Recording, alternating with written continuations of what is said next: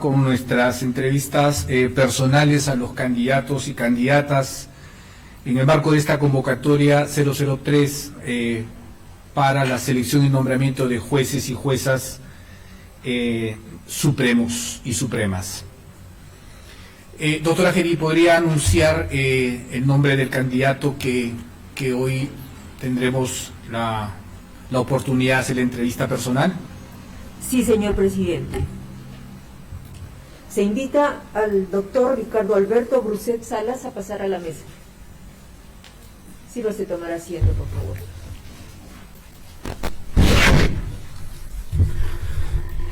Doctor Ricardo Alberto Bruset Salas, le quiero dar en primer lugar la bienvenida aquí a la sede de la Junta Nacional de Justicia. Para tener un mejor diálogo en la entrevista, si quiere puede retirarse la mascarilla. Muchas gracias. Para que se sienta más cómodo. Doctor Bruset, vamos a iniciar esta entrevista con un pequeño recordatorio, cuáles son los parámetros de la evaluación de la entrevista personal. Queremos hacerle preguntas sobre su solvencia y idoneidad, sobre su trayectoria académica, su proyección personal y el conocimiento de la realidad nacional e institucional. Estos son los parámetros y con la aquiescencia de mis colegas yo quisiera iniciar esta entrevista que es pública y estoy seguro que el Pleno quiere saber un poco la biografía del doctor Ricardo Bruset. Y yo quisiera comenzar esta entrevista pues dándole 5 minutos. Me gustaría que se pueda hacer una presentación donde destaque los aspectos de su vida familiar. Ricardo Bruset en su trayectoria académica y del doctor Ricardo Bruset, digamos, en el desarrollo de la judicatura. Quizás con esos 3 elementos podría ofrecernos una presentación, doctor Ricardo Bruset. Bien, muchas gracias por la pregunta. Bueno, mis padres son Joana Salas Luna, mi padre Ricardo Alberto Bruset Arce, fallecido. Tengo 4 hijos, mi hijo mayor abogado, mi hija menor estudiando en la Universidad de Administración de Empresas, mis hijos menores en educación básica regular, secundaria y primaria respectivamente. Estudié en la Universidad Nacional Federico Villarreal, me titulé como abogado, he hecho estudios de maestría, soy magíster en Derecho con mención en Ciencias Penales por la Universidad Nacional Mayor de San Marcos. He hecho estudios y concluido los estudios de doctorado en Derecho y bueno, estamos terminando de trabajar la tesis, un tiempo bastante prolongado. El quehacer judicial a veces absorbe demasiado y de repente un criterio errado de querer hacer las cosas perfectas en términos académicos de alguna manera ha evitado de que aún pueda haber conseguido el grado de doctor. ¿También en San Marcos el doctorado? También en la Universidad Nacional Mayor de San Marcos, soy profesor principal en Derecho Procesal Penal en la Universidad Nacional Mayor de San Marcos, dicto en pregrado el curso de Derecho Procesal Penal y también en la maestría tanto en Derecho, tanto en Ciencias Penales como en Derecho Procesal, también la misma asignatura, Derecho Procesal Penal. En cuanto a mi desempeño judicial, inicié mi desempeño judicial como en ese entonces, hablo de 1986-87, como vocal de la Corte Superior de Justicia del Callao, como juez suplente, luego en la Corte de Lima Norte, a partir de 1988, hasta el mes de febrero del año 2002 en que fui nombrado como juez superior titular de Lima. Me he desempeñado siempre en salas penales, en las salas penales de reos en cárcel, en Lima, también en el subsistema anticorrupción. Antes de ello, en la Sala Nacional de Terrorismo, en un primer momento que coincidió con el momento de la rejudicialización de los procesos declarados nulos, las sentencias declaradas nulas por el Tribunal Constitucional, llevados por jueces sin rostro y además por el fuero militar. Nos correspondió, tuve el honor de haber trabajado en esa sala y en ese ámbito, y el honor también de haber trabajado con magistrados excelentes, de los cuales aprendimos mucho. Luego volvimos al subsistema anticorrupción.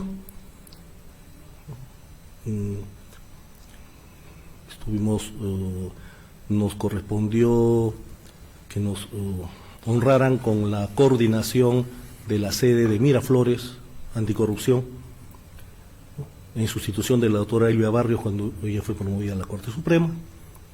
Luego fui designado presidente de la Sala Penal Nacional, ya no Nacional del Terrorismo, porque fue modificada tanto la denominación como fue modificada también o incrementada su competencia, ya no solo a terrorismo, sino también a casos de criminalidad organizada, lavado de activos, tráfico de drogas y otros. Tuve ese honor, me correspondió ese honor. Trabajamos en casos considerados emblemáticos. Me correspondió presidir el colegiado y dirigir debates en el caso denominado Acomarca, consecuencia del asesinato de 69 comuneros, la mayoría de ellos mujeres, ancianos y niños, en manos de 2 patrullas del ejército peruano. Nos correspondió eso como uno de los casos emblemáticos que de alguna manera nos marcó, pero también nos permitió tener la satisfacción de que los familiares de las víctimas, cuando no las víctimas mismas que sobrevivieron y que eran en su momento niños y ya eran personas adultas, bastante adultas, cuando se hizo el juicio, sintieron y percibieron que el Estado se acordó de ellos y que recibieron justicia. Asimismo, nos correspondió también presidir el tribunal y dirigir debates en el caso conocido como Cabitos. Esto es, todas las violaciones de derechos humanos producidas durante el año 1988 en el cuartel Cabitos. ¿Y actualmente, doctor Bruset, en dónde se encuentra? Actualmente, desde el 23 de abril del año pasado, me encuentro integrando la Sala Penal Transitoria de la Corte Suprema. Es una experiencia, en verdad, bastante importante. En términos generales, doctor Bruset, de toda su producción, de todas sus sentencias en las que usted ha participado como ponente o como colegiado, en términos generales, ¿usted podría decirnos qué porcentaje de sus decisiones fueron confirmadas por la Corte Suprema en estas sentencias, tanto del sistema anticorrupción como de la sala de terrorismo que usted integró parte? En un ejercicio aproximado, claro, no es evidentemente exacto el dato que le pido. Para mí es un honor que el número de decisiones en casos emblemáticos e incluso en otros casos es menor. En las decisiones emblemáticas, la Corte Suprema ha declarado no haber nulidad en la sentencia, salvo en casos como Acomarca, por ejemplo. La Corte Suprema disintió respecto de uno de los miembros del Estado Mayor, me parece.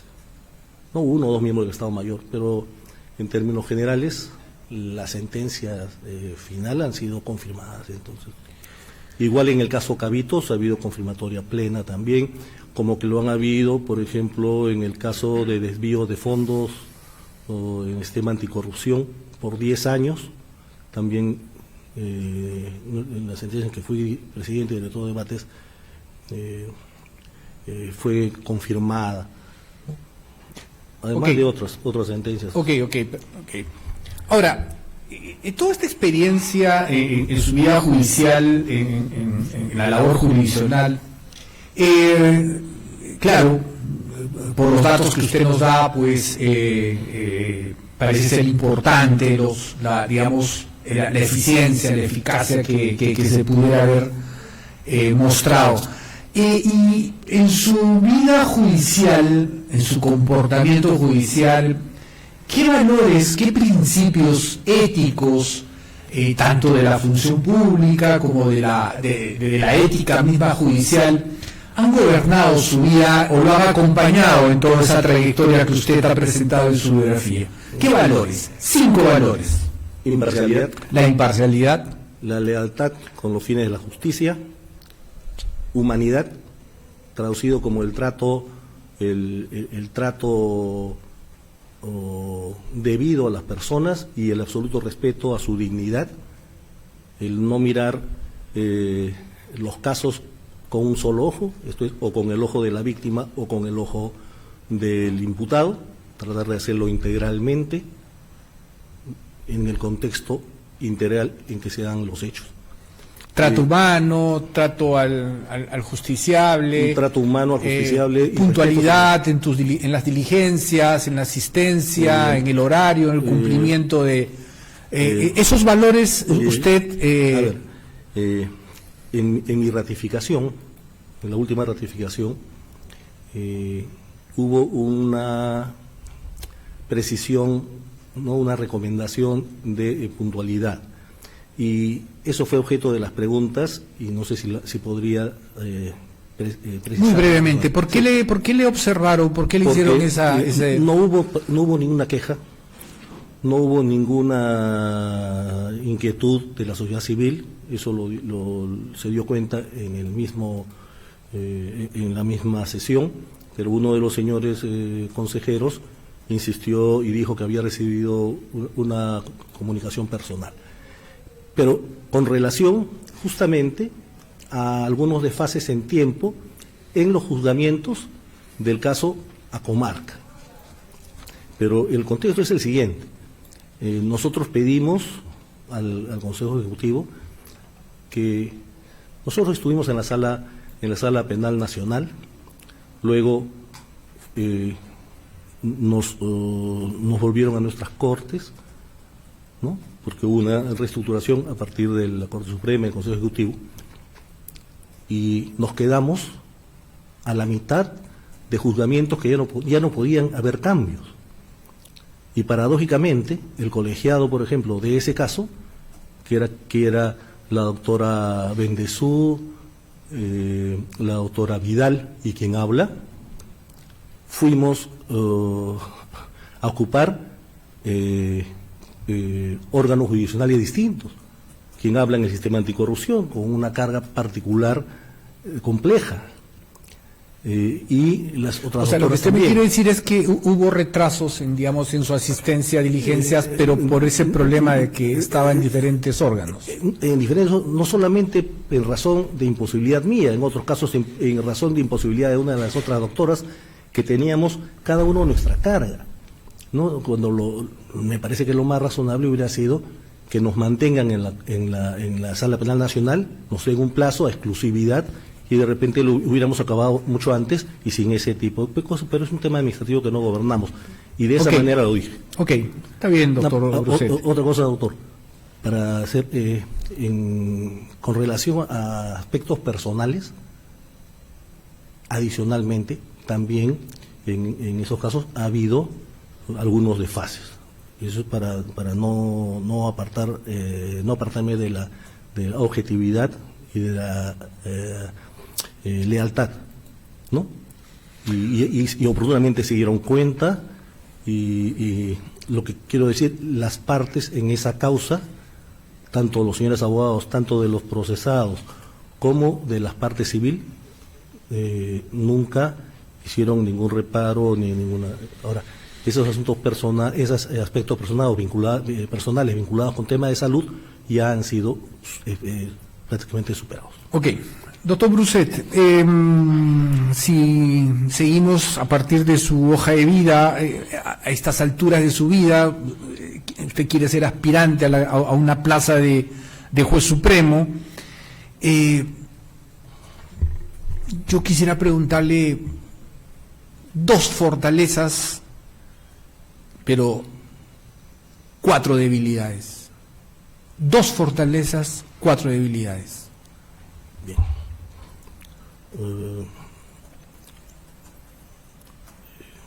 Una de las fortalezas creo que es mi imparcialidad. Su imparcialidad. ¿No? Segunda fortaleza. Es una lucha constante del magistrado y la hago permanentemente. Y la otra, para algunos no estaría bien decirlo, pero de repente es el coraje o valentía.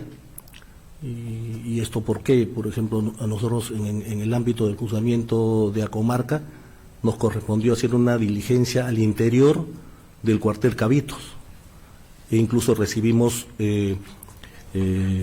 amenazas veladas, pero sin embargo se realizó, y esa diligencia fue tan trascendente que los hallazgos de la misma fueron vitales para la conformación del fallo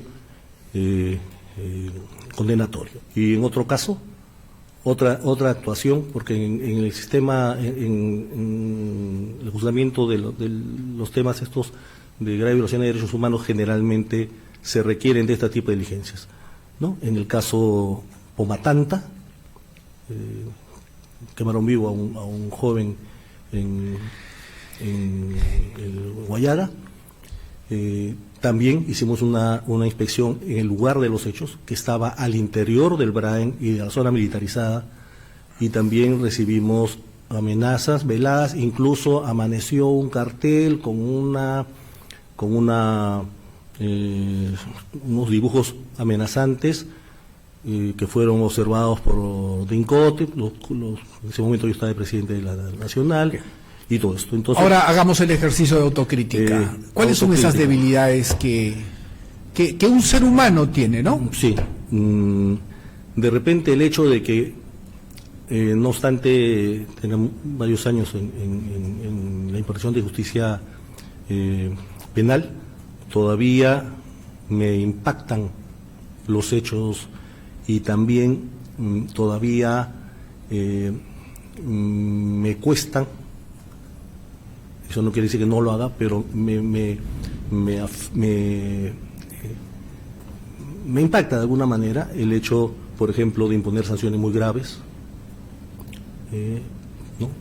Pero se tiene que hacer cuando se tiene que hacer, pero todavía, como dicen metafóricamente, no he logrado bañarme en teflón.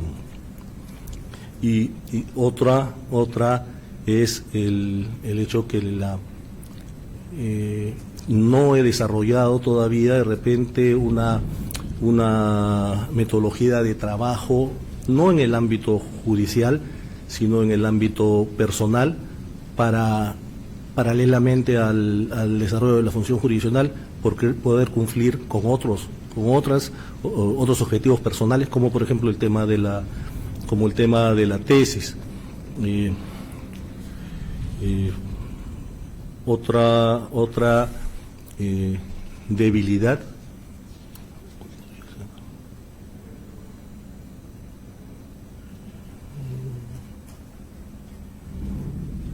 bueno, quizás por ahora no sí, podría tener el hecho de ser de repente bastante desconfiado respecto del trabajo judicial, lo que me recarga a veces el trabajo, me hace revisar y demanda de mí más esfuerzo del debido, me parece. Ok, doctor Brousset. Doctor Brousset, unas 2 preguntas finales. si usted ocupara un cargo en la Corte Suprema, desde la Corte Suprema, ¿qué medidas tiene usted en la visión del Poder Judicial en temas de transparencia judicial? ¿Qué implementaría si usted tuviera que presidir una comisión de transparencia judicial? 3 medidas. Solo quisiera el título de la medida. En transparencia judicial. A ver. Transparencia, en materia de transparencia judicial, disponer que al igual que se hace en la Corte Suprema, en todos los órganos judiciales colegiados, por ejemplo, y todos los jueces unipersonales, cuelguen las decisiones oportunamente, ¿no? En la Corte Suprema eso se está haciendo, incluso se cuelga la decisión luego de votarse, cuando todavía no sale la resolución, pero ya... En términos generales, digamos, publicar las sentencias, ¿verdad? Publicar, no solo la sentencia, publicar las decisiones, incluso cuando aún no se ha... redactado la sentencia. Perfecto. Esa es una medida. Segunda medida.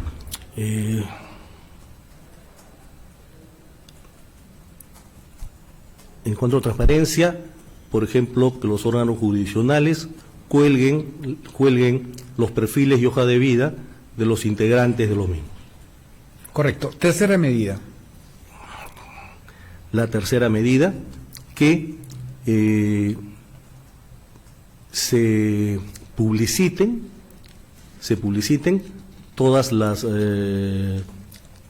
políticas relativas al manejo de la carga. Todas las políticas se toman con relación al manejo de la carga, porque me parece que muchos órganos jurisdiccionales han venido y están viniendo tomando medidas adecuadas, pero esto no es conocido por la colectividad. Entonces, así como la transparencia tiene que ver con el conocimiento de lo que ocurre al interior del órgano judicial, me parece importante que también se transparenten los esfuerzos por un adecuado manejo de la carga. Naciones Unidas cada 5 años elabora un informe sobre el estado de la delincuencia en el mundo y sobre las tendencias. Usted hace un seguimiento como penalista, como magistrado que ha trabajado muchos años en la jurisdicción penal. ¿Usted le hace un seguimiento a estos informes quinquenales sobre las tendencias, sobre las intervenciones, sobre la respuesta del sistema penal frente a esas tendencias? Lo estuve haciendo... Que el primero fue en 1955, cuando se aprobaron las reglas del tratamiento para condenados. Sí. Lo estuve haciendo, pero no sistemáticamente. No sistemáticamente. Últimamente... Doctor Bruset, usted está, digamos, actualizado, le hace un seguimiento a las tendencias jurisprudenciales de la Corte Interamericana en materia de derecho penal. Sí. Sí le hace. ¿Cuáles son, dígame, mencióneme tres líneas jurisprudenciales del sistema interamericano en materia penal? Una primera respecto del plazo razonable. Plazo razonable. Plazo razonable de la prisión preventiva, ¿no? Una segunda línea jurisprudencial. Una segunda línea jurisprudencial relativa a las violaciones de derechos humanos, la imprescriptibilidad. Y una tercera línea. Y una tercera línea.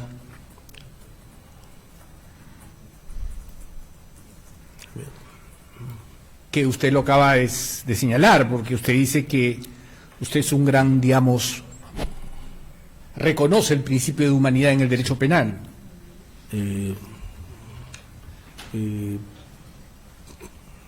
Claro, no solo el trato humano, sino básicamente el respeto de la dignidad de la persona. Claro, ha dejado líneas importantes en temas de tortura, sí, ¿no? El sistema interamericano. Y finalmente, doctor Bruset, su evaluación sobre la justicia constitucional en relación a la justicia penal.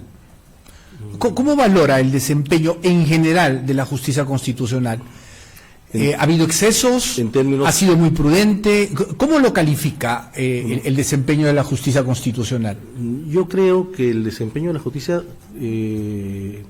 constitucional, como el desempeño de la justicia en general, al ser producto humano, no es perfecto. Pero me parece que es importante, ¿no? En algunos casos podríamos decir que ha habido excesos, pero en términos generales me parece importante, me parece necesario. ¿Usted tiene razones para justificar el derecho penal del enemigo en el Perú?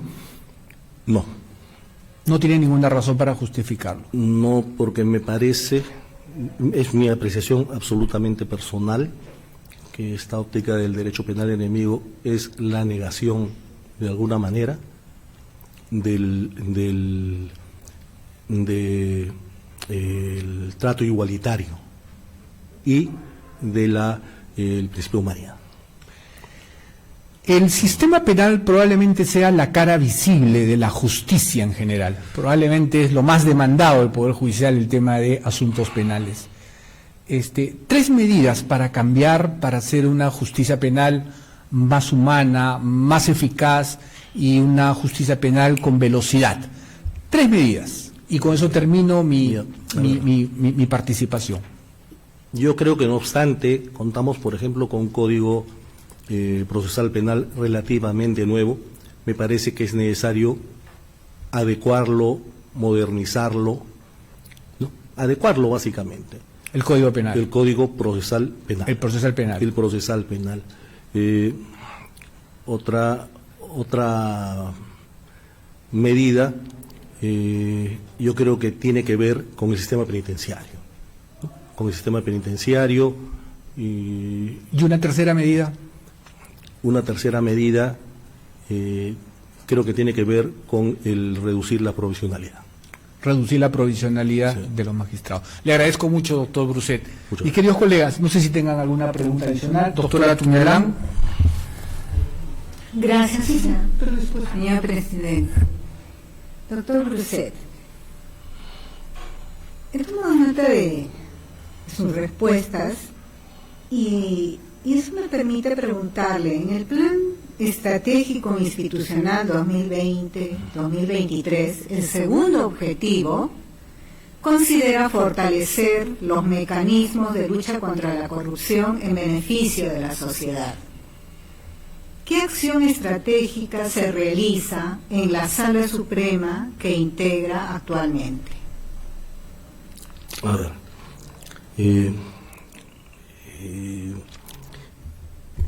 la sala, cuando ingreso yo a la sala, hasta el año anterior había un déficit en cuanto al manejo de la carga, un déficit importante. Estábamos trabajando al mes de abril causas de 1918-19. El doctor Prado, presidente de la sala, tomó medidas adecuadas, consensuadas, trabajándola con todos los miembros del colegiado, y logramos en primer lugar terminar, y eso no se había hecho anteriormente en la transitoria al menos, terminar el año con todas las resoluciones, con todas las causas votadas, con resoluciones y debidamente firmadas. Pero además logramos superar las metas de producción. Y otra medida que se ha tomado... Perdón, eso es en cuanto a celeridad procesal, ¿no? En cuanto a la carga de trabajo que tenía en la sala y cómo superar esa deficiencia de lo pendiente. Pero en cuanto a corrupción... En cuanto a corrupción, me Sí, llama usted. así es, precisamente. ¿Qué medidas se han tomado? Bueno, la organización de la sala y la organización de los órganos de apoyo, relatoría, secretaría, y la permanente supervisión y cuidado básicamente en la designación, en escoger el personal, hace, por ejemplo, que no haya habido ningún caso o atisbo de corrupción en la sala, al menos durante el tiempo que estoy. Lo mismo ocurrió en su momento con el sistema anticorrupción en la sede de Miraflores y con la Sala Penal Nacional, siempre mediando una permanente. Es un tema de permanente vigilancia y supervisión. Es un tema en el cual no se puede dejar de controlar. Ya. Asimismo, en los temas del proceso penal, ¿no? En cuanto al procedimiento, podemos decir, usted dice hay necesidad de adecuar. Hay que adecuar un mecanismo, una forma de trámite. ¿Qué es lo que faltaría adecuarse? Por ejemplo, adecuar los plazos, porque uno de los problemas que enfrenta el código es que los plazos de investigación, por ejemplo, están pensados para procesos de alguna manera convencionales, ¿no? Para procesos de mínima o mediana complejidad, pero y esto se ha notado en el subsistema anticorrupción básicamente, y en el procesamiento de lavado de activos. Esos plazos colapsan cuando se tiene, por ejemplo, un caso de lavado de activos donde se requieren indagaciones incluso internacionales que pueden demorar varios años. Entonces me parece que es necesario hacer una adecuación de los plazos para estos casos especialmente complejos, porque si no, no vamos a superar, por ejemplo, el estigma de alguna manera de que sean mínimos los casos de lavado en que ha habido condenas, justamente por la insuficiencia de plazo o de tiempo para poder culminar una adecuada investigación, por ejemplo, respecto de activos a nivel internacional. Gracias por su respuesta, muy amable. Gracias, señor presidente. No, a usted, doctora Tumelán. Doctor Aldo Vázquez, quisiera hacer algunas preguntas. Sí, muchas gracias, presidente. En primer término, reiterada bienvenida al doctor Bruset. Usted ha señalado entre algunos ámbitos para mejoras o el Código Procesal Penal, el tema penitenciario, la provisionalidad. En relación al tema penitenciario, ¿cuál sería la propuesta o la sugerencia que usted formularía? A ver,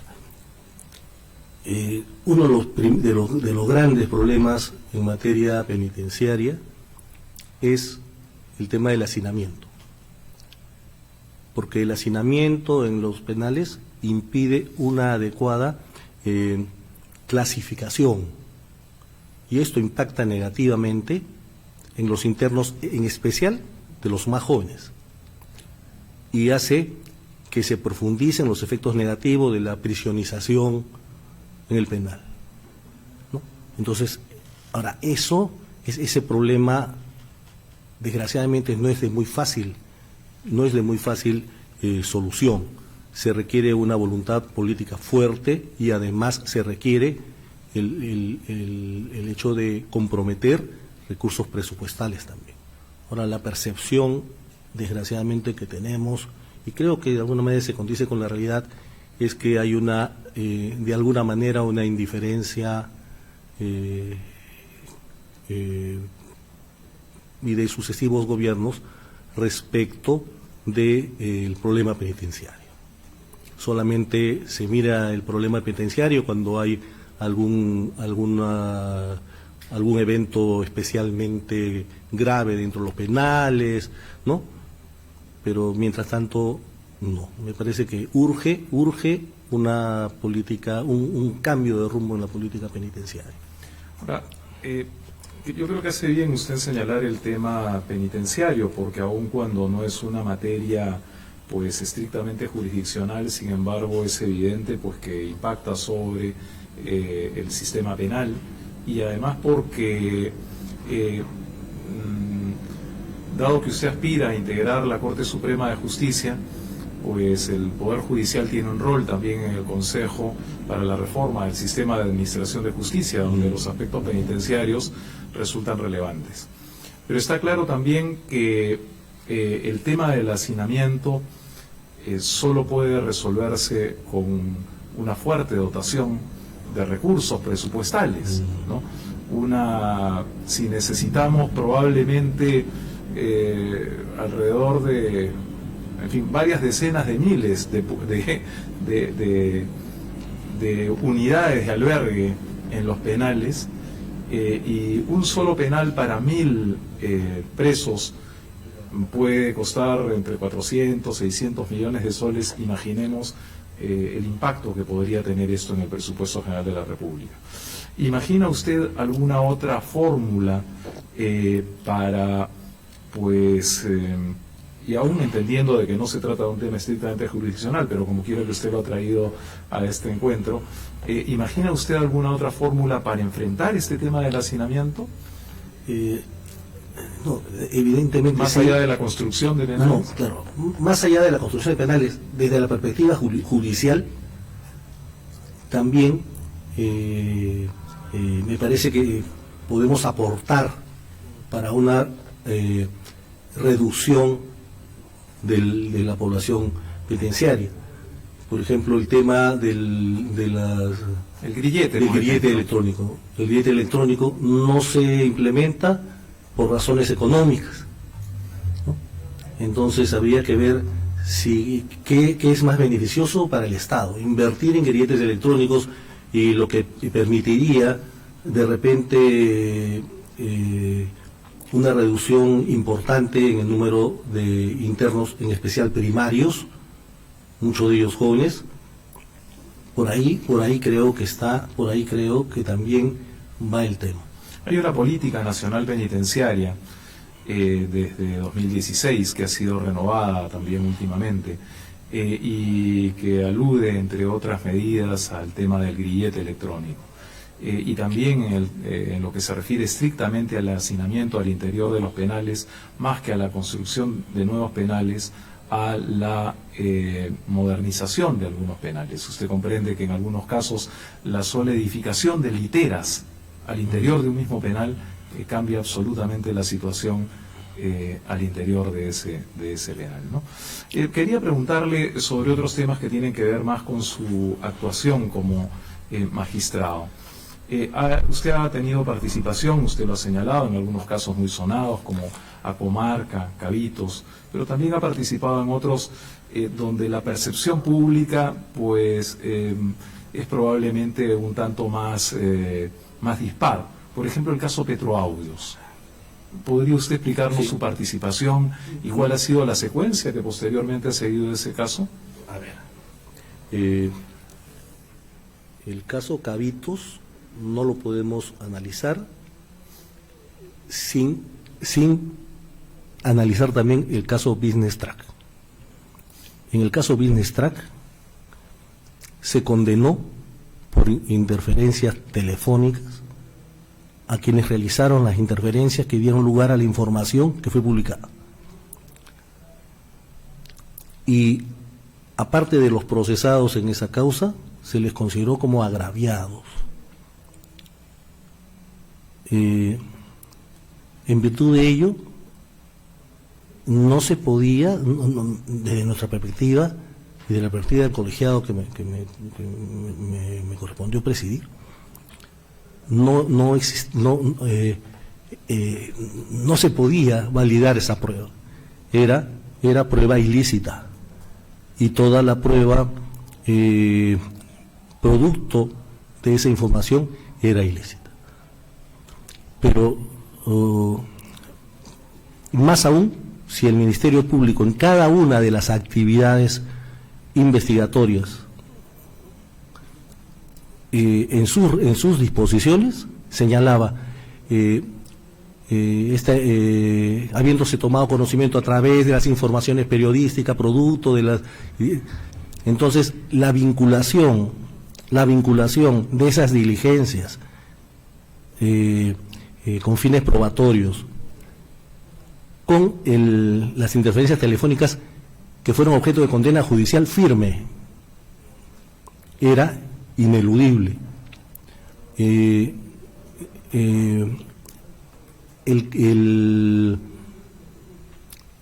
Se aplicó, se excluyó la prueba ilícita y se absolvió como correspondía. La Corte Suprema de Justicia de la República en su momento declaró no haber nulidad en esa sentencia. No haber nulidad en esa sentencia. Entiendo que el Tribunal Constitucional me parece que ha declarado nula no la sentencia de la Sala, sino la ejecutoria suprema, en el entendido que no se ha contestado uno de los agravios de la parte civil impugnante, ¿no? Entonces, ahora, con respecto a la percepción pública, no hemos percibido que haya habido una repulsa a la decisión. Por el contrario, no recuerdo el nombre del analista político, del analista periodístico, publicitó de que se gastó muchos esfuerzos en una sentencia que manifiestamente iba a terminar así porque se había utilizado prueba ilícita. Entonces, eso es lo que tendría que decir con respecto a ello. Y considero que la sentencia se ajusta a derecho.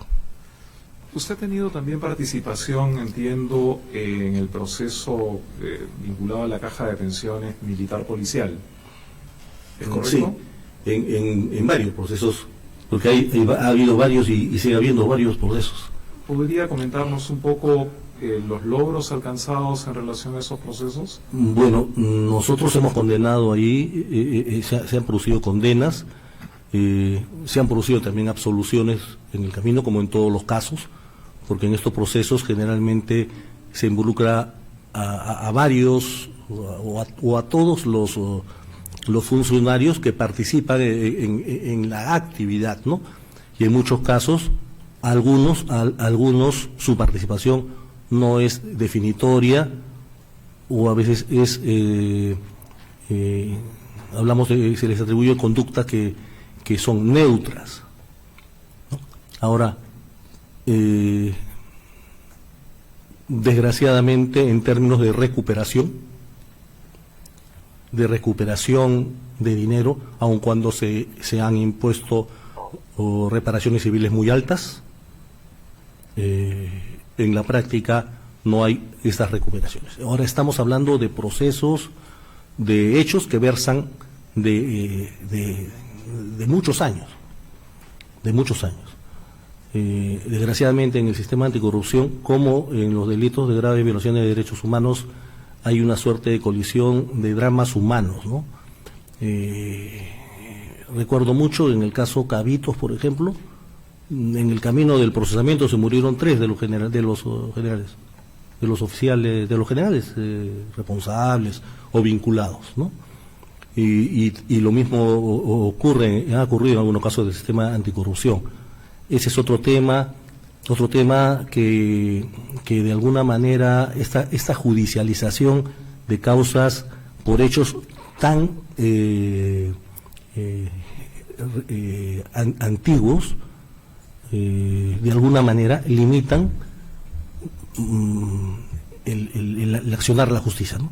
Básicamente porque se generan deficiencias o la imposibilidad de recabar información a través de la investigación, que no es el quehacer de la sala, pero al llegar a una causa con una investigación deficiente por razones de imposibilidad, eso también limita el accionar de las salas.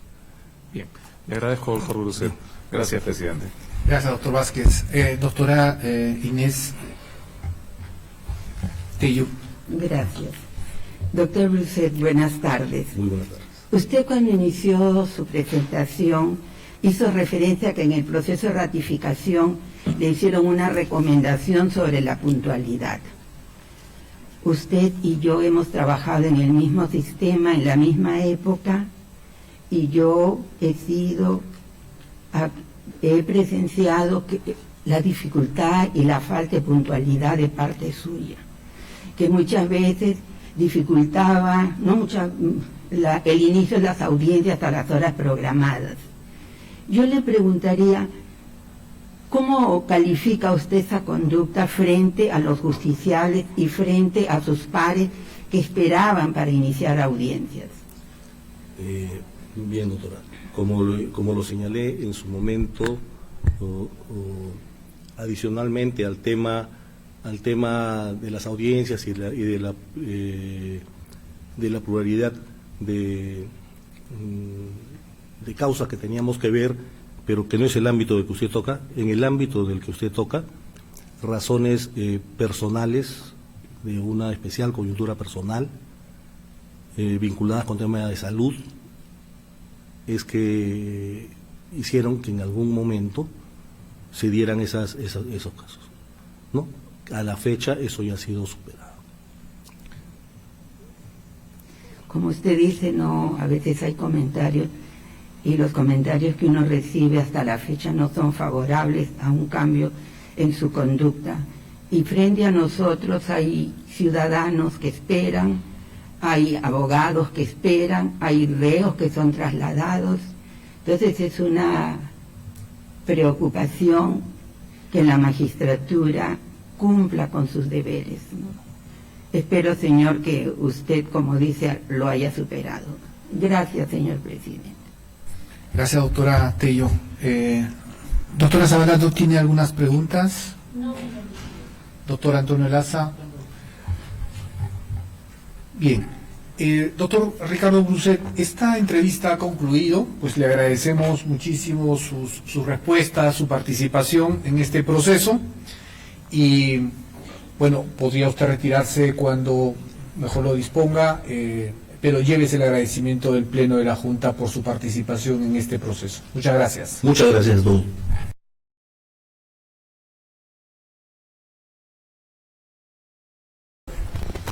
Buenas tardes.